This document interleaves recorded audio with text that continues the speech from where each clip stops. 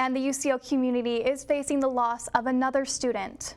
This morning, the Office of the President sent an email out notifying students of the passing of StratCom student Kyle Ward, a sophomore at UCO, saying, quote, "He was a positive light in our community," end quote.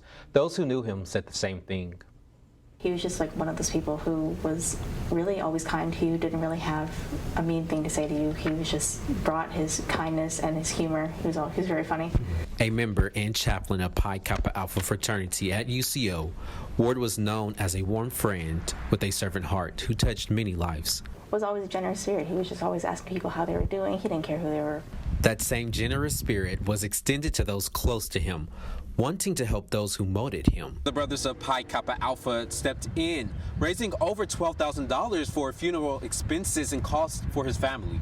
Just knowing that they have a community of people who were touched by Kyle's presence and who loved Kyle and loved their community enough to be able to help people in times of need. Just as Kyle would do for them. Not everyone's going to be around forever. So express your appreciation and gratitude to them while you still can, while they're still here.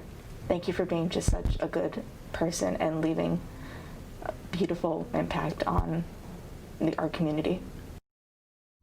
And we have an update on Ward's GoFundMe. Over $13,000 were raised from the $12,000 goal. UCentral will post a link to the GoFundMe on our social media.